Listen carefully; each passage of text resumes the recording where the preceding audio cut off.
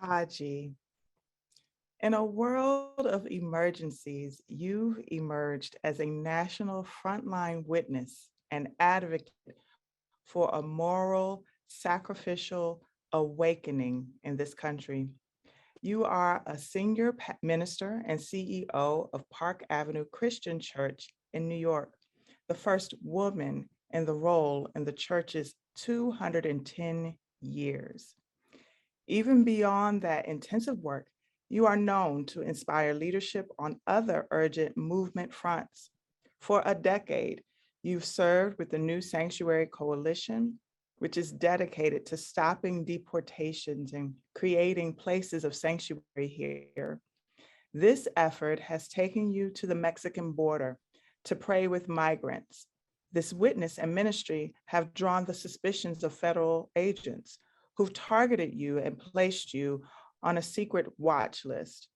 As a result, you filed suit against the US Department of Homeland Security for infringing your constitutional rights, a lawsuit that has just completed the discovery phase.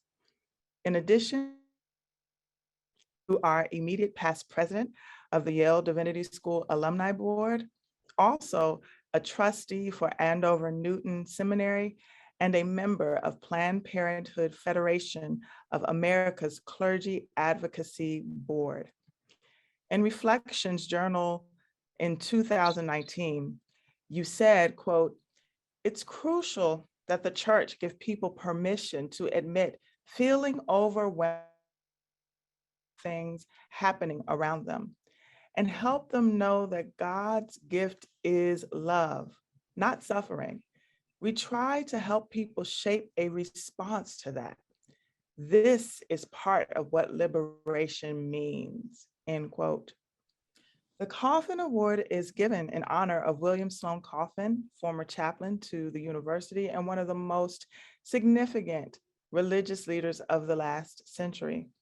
The recipient of this award shares Coffin's prophetic witness, a courageous devotion to the dignity of all persons, and has made a notable contribution to the work of peace and reconciliation. We are excited this year to honor Pastor Kaji Dosha. My dear sister, President Dr. Jones, and to the Alumni Awards Committee, board and staff, distinguished guests, and the incredible award recipients recognized here tonight, I just thank you. When I first shared the news of this award with my mom and her sisters, they all had a good chuckle because they remember what sparring partners Bill Coffin and my grandfather, Doc Edmonds, were back in the day. And so we just acknowledge that this is such a continuum. What an honor. I grew up with Dr. Jerry Streets in my grandfather's living room, growing up with him and his family, and I acknowledge all of you. And my first class at YDS was with Dr. Bob Wilson, who also is acknowledged tonight, who, when I was first announced to be serving the park as its senior pastor, as its first woman, its first Black woman senior pastor, David Bartlett very gently sent me a note and said, "You should know Bob Wilson is a member of your church." So what a wonderful way of all things coming together. So I greet you on behalf of the good people of the Park Avenue Christian Church, affectionately known as the Park, some of whom are here with us tonight. And we do this ministry of justice together. And I want to say for all of you who are here, we received this award together too. So on behalf of my incredible church, I thank you all. And it is good to be thanked. In this wholehearted, full-bodied, systematic effort, we are most effective in shifting the atmosphere that must be shifted, right? When we lift each other up. And my family is here, and I just want to acknowledge them, especially my husband, Patrick, and my daughter, Chaylee, who is now 7, if you can believe it. They are, I believe, the ones who sacrificed the most so that I can live out the very long hours of my calling. So thank you, my loves. I'll have a chance to offer more words of gratitude in our breakout room a bit later, so I hope you're going to stick around. But I do want to say this, and I want to spend the rest of my very short time pointing us all to something in particular. I hold firm to a long chain of laborers who seek the liberation of our people, many of whom, including me, see this as the most tangible way of following Jesus. But on that long chain, you see, it turns out that there are patterns to who is seen and acknowledged for this hard work of justice. Those of us with pulpits or microphones, the ones who have cameras trained on them, our work, or at least some of it, comes to be known. No, I'm the proud product of my parents, Karen and A.B. Spellman, who taught us to hold on to that chain no matter what. And my dad, A.B. Spellman, has been brilliantly recognized for his work in this. They even named an NEA Jazz Masters Award after him. But I'm going to spend the rest of my, I know, very, very short time talking about my mom, Karen.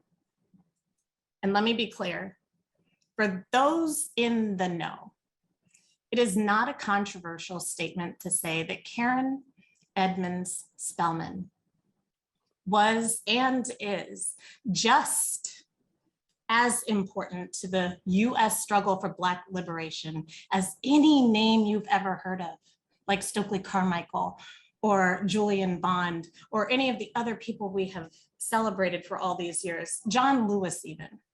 I will put her right up there with them.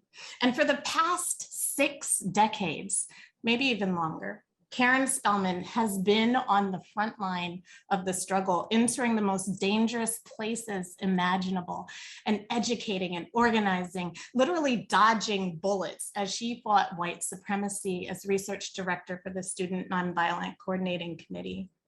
She was one of the most influential forces in spreading the messaging for Black liberation, including founding Panther's Claw, which was the information channel for the Lowndes County Freedom Organization, which was a major source of inspiration for the Black Panther Party. And you can all see Fannie Lou Hamer trying to seat herself at that convention, hopefully. And if you can't, look it up. More personally, as a young child, Mom took me to meetings where I saw her mastery of the art of confronting the country's most powerful men.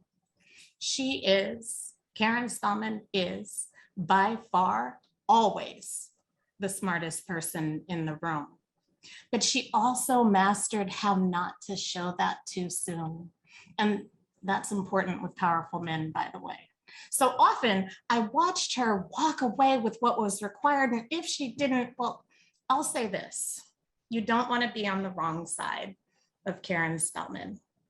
But for everything she has ever done for this country, and for each of you and me, she has never been specifically awarded on her own for her incredible accomplishments. As I say this out loud now, I realize she's probably getting really mad at me for talking about her, but as it goes and has gone for the women of movements, we actually do need to name them. And for every one name we know, there are hundreds and thousands of names of people doing just as much, if not more, than those of us who are seen. And it is to them, but especially to Karen Spellman, that I dedicate this award.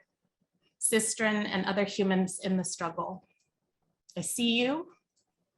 Thank you for all that you do as we grip that unbroken chain. And thank you, Mommy, for situating me here. Now I just can't wait to celebrate my dear friend, Dr. Elijah Hayward III. Thank you.